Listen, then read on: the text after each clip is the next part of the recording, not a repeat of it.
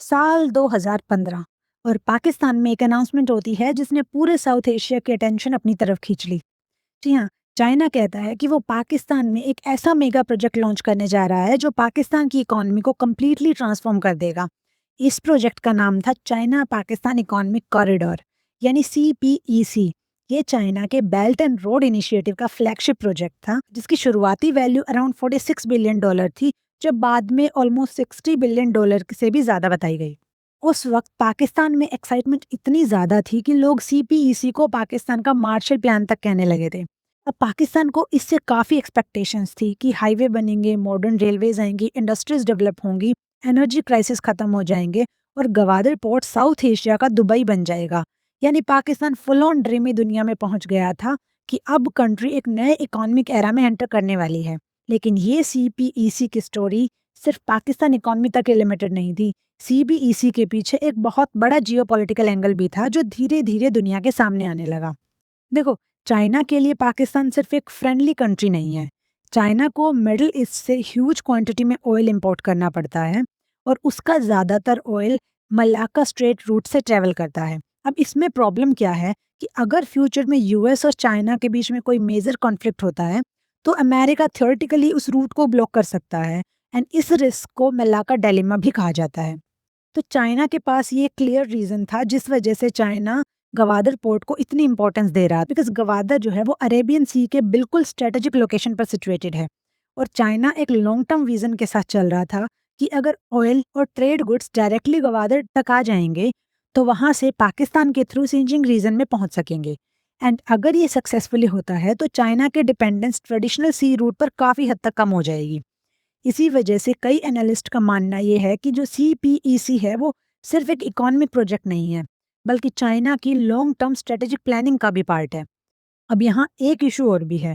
देखो, officially China Gwadar को commercial port बोलता है, लेकिन इंडिया और वेस्टर्न एक्सपर्ट्स को एक इस बात का भी फियर है कि फ्यूचर में ये चाइनीज नेवी के लिए भी यूजफुल बन सकता है। देखो, इंडियन ओशियन में ऑलरेडी चाइना अपनी प्रेजेंस धीरे धीरे इंक्रीज कर रहा है और गवादर उस स्ट्रेटेजी का एक इम्पोर्टेंट पीस माना जा सकता है। दूसरी ओर पाकिस्तान के लिए भी CPEC एक लाइफलाइन जैसा प्रोजेक्ट था। कंट्री को इंफ्रास्ट्रक्चर, इलेक्ट्रिसिटी, फॉरेन इन्वेस्टमेंट की डेस्परेटली जरूरत थी। इसीलिए इस्लामाबाद ने चाइना के साथ अग्रेसिवली पार्टनरशिप को पुश किया, लेकिन धीरे धीरे रियलिटी सामने आने शुरू हुई। अब देखो, 2018 के बाद इस प्रोजेक्ट्स की स्पीड काफी स्लो होने लगी। फंडिंग डिले होने लगी, अप्रूवल अटकने लगे और कुछ प्रोजेक्ट्स ऑलमोस्ट फ्रीज हो गए। ब्लूमबर्ग की एक रिपोर्ट जो 2021 में थी उसके अकॉर्डिंग था कि CPEC प्रोजेक्ट का जो मोमेंटम है वो काफी हद तक स्टेल हो चुका है। जिस प्रोजेक्ट को पाकिस्तान की इकोनॉमिक रिवॉल्यूशन माना जाता था, वही प्रोजेक्ट अनसर्टेनिटी में फंसता जा रहा है। सबसे बड़ा रीजन था पाकिस्तान का इकोनॉमिक क्राइसिस। कंट्री में इन्फ्लेशन कंटिन्यूसली बढ़ने लगा था, फ्यूल और फूड के प्राइसेस रिकॉर्ड लेवल तक पहुंच चुके थे, फॉरेन एक्सचेंज रिजर्व्स डेंजरसली लो हो गया था, पाकिस्तान को बार बार IMF के पास बेल आउट पैकेजेस के लिए आना पड़ रहा था और GDP ग्रोथ भी काफी वीक हो गई थी। ऐसे में नए मेगा इंफ्रास्ट्रक्चर प्रोजेक्ट को स्टार्ट करना पाकिस्तान के लिए एक्सट्रीमली डिफिकल्ट होता जा रहा था। फिर आया डेट का इशू, जो CPEC का सबसे कंट्रोवर्शियल एंगल बना। देखो, पाकिस्तान का एक्सटर्नल डेट धीरे धीरे बढ़ता जा रहा है और रिपोर्ट्स के अकॉर्डिंग तो चाइना पाकिस्तान का सबसे बड़ा बायलैटरल क्रेडिटर बन चुका है। देखो, एस्टिमेट्स अलग अलग हैं, लेकिन ब्रॉडली अगर हम देखें तो ब्रॉडली ये माना जा रहा है कि पाकिस्तान पर चाइना का डेट 25 से $30 बिलियन के आसपास है। क्रिटिक्स ने इसी वजह से CPEC को डेट ट्रैप डिप्लोमेसी का एग्जाम्पल कहना शुरू कर दिया है। देखो, मैं आपको एक एग्जाम्पल से समझाती हूँ। हेम्बेन-टोटा पोर्ट के बारे में तो आपने सुना ही होगा, अगर नहीं तो मैं आपको बताती हूँ। एक्चुअली में हुआ क्या था, श्रीलंका चाइनीज लोन को रिपे नहीं कर पाया था और इवेंचुअली पोर्ट को 99 ईयर्स के लिए लीज पर चाइना की कंपनी को देना पड़ा था। इसी वजह से पाकिस्तान में भी ये फियर रेज होने लगा। चाइना भी अब पहले जैसा अग्रेसिव इन्वेस्टमेंट मोड पे नहीं दिखाई दे रहा है। पाकिस्तान की लो क्रेडिट वर्थनेस और अनस्टेबल इकोनॉमी की वजह से बीजिंग ने नए फंड रिलीज करना बंद कर दिया है। इसका सबसे बड़ा एग्जाम्पल है ML1 रेलवे प्रोजेक्ट्स, एक एम्बिशियस रेलवे मॉडर्नाइजेशन प्लान जो कराची से पेशावर तक रेल नेटवर्क अपग्रेड करने वाला था। ये प्रोजेक्ट CPEC की बैकबोन माना जा रहा था, लेकिन फाइनेंसिंग और नेगोशिएशन की वजह से बार बार डिले हो रहा था। करंट सर्चेज में भी इसकी स्टार्टिंग एक्सपेक्टेड डेट जुलाई 2026 ही शो हो रही है। अब ये एंगल तो था Pakistan economic point of view से, बट सिर्फ इकोनॉमी ही प्रॉब्लम नहीं थी। यहाँ एक सिक्योरिटी का एंगल भी बना। देखो, सीपीईसी का रूट पाकिस्तान के बलूचिस्तान रीजन से भी गुजरता है और वहीं से सिक्योरिटी चैलेंजेस ने प्रोजेक्ट को और कॉम्प्लिकेटेड बना दिया। बलूच सेपरेटिस्ट ग्रुप्स का मानना है कि गवादर पोर्ट और दूसरे प्रोजेक्ट्स का एक्चुअल बेनिफिट लोकल पॉपुलेशन को तो मिल ही नहीं रहा है। उनके अकॉर्डिंग ये प्रोजेक्ट ज्यादातर चाइना के स्ट्रेटेजिक इंटरेस्ट को सर्व करता है। इसी टेंशन की वजह से चाइनीज इंजीनियर, वर्कर और इंस्टॉलेशंस पर मल्टीपल अटैक्स हुए। कई इंसिडेंट्स में तो चाइनीज नेशनल्स की डेथ भी हुई। ये अटैक चाइना के लिए एक मेजर कंसर्न बन गया। चाइना ओपनली पाकिस्तान से सिक्योरिटी इंप्रूव करने की डिमांड भी करने लगा, जबकि एक ऐसा वक्त था जब चाइना और पाकिस्तान को आयरन ब्रदर तक कहा जाता था, क्योंकि दोनों कंट्रीज इंडिया और यूएसए को लेकर सेम स्ट्रेटेजिक अलाइनमेंट रखते थे।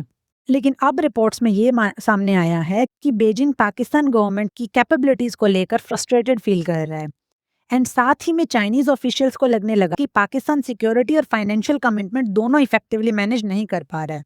तो सिचुएशन को इम्प्रूव करने के लिए पाकिस्तान और चाइना ने सऊदी अरेबिया को भी इन्वॉल्व करने की कोशिश की। आइडिया तो ये था कि अगर गल्फ कंट्रीज और दूसरे पार्टनर्स इन्वेस्ट करेंगे तो प्रोजेक्ट को फ्रेश मोमेंटम मिल सकता है। लेकिन इन्वेस्टर्स पाकिस्तान की अनस्टेबल इकोनॉमी और सिक्योरिटी रिस्क को देखकर कॉशियस रहे। एंड इंडिया ने भी शुरू में सीपीईसी का स्ट्रांगली अपोज किया था। इंडिया ने ये अपने पर्सनल रीजंस की वजह से किया था, बिकॉज देखो, इस प्रोजेक्ट का एक major route Pakistan occupied Kashmir यानी पीओके से गुजरता है, जिस वजह से इंडिया का मानना था कि ये उसकी सोवर्निटी और टेरिटोरियल इंटीग्रिटी का वायलेशन है। इसी वजह से इंडिया ने बेल्ट एंड रोड इनिशिएटिव को भी ऑफिशियली बॉयकॉट कर दिया था। और सिर्फ इंडिया ने ही नहीं, अमेरिका के भी कुछ एक्सपर्ट्स बीआरआई को चाइना की ग्लोबल इन्फ्लुएंस एक्सपेंड करने का एक टूल बताते हैं। एंड इन सब के बाद आज सीपीईसी एक ऐसे क्रॉस रोड पर खड़ा है जहां प्रोमिसेस और रियलिटी के बीच का डिफरेंस क्लियरली दिखाई दे रहा है। एक तरफ चाइना का ड्रीम है कि अपनी कनेक्टिविटी, ट्रेड रूट और स्ट्रेटेजिक इन्फ्लुएंस को एक्सपेंड करना। दूसरी तरफ पाकिस्तान का ड्रीम है इकोनॉमिक रिवाइवल का। लेकिन debt, economic crisis, political instability और सिक्योरिटी थ्रेट ने मेगा प्रोजेक्ट्स को काफी स्लो कर दिया है। अब सबसे बड़ा सवाल यह है कि क्या सीपीईसी फ्यूचर में रिवाइव होगा और पाकिस्तान की इकोनॉमी को ट्रूली ट्रांसफॉर्म कर पाएगा, या फिर ये प्रोजेक्ट दुनिया के उन मेगा इंफ्रास्ट्रक्चर एक्सपेरिमेंट्स में काउंट होगा जहां प्रोमिसेस बहुत बड़े थे लेकिन ग्राउंड रियलिटी उनसे कहीं ज्यादा डिफरेंट। आपको इस पे कुछ बोलना है तो कमेंट सेक्शन आपका दिल से वेलकम करते हैं। Thank you so much and don't forget to subscribe ताकि नेक्स्ट वीडियो आपसे मिस ना हो।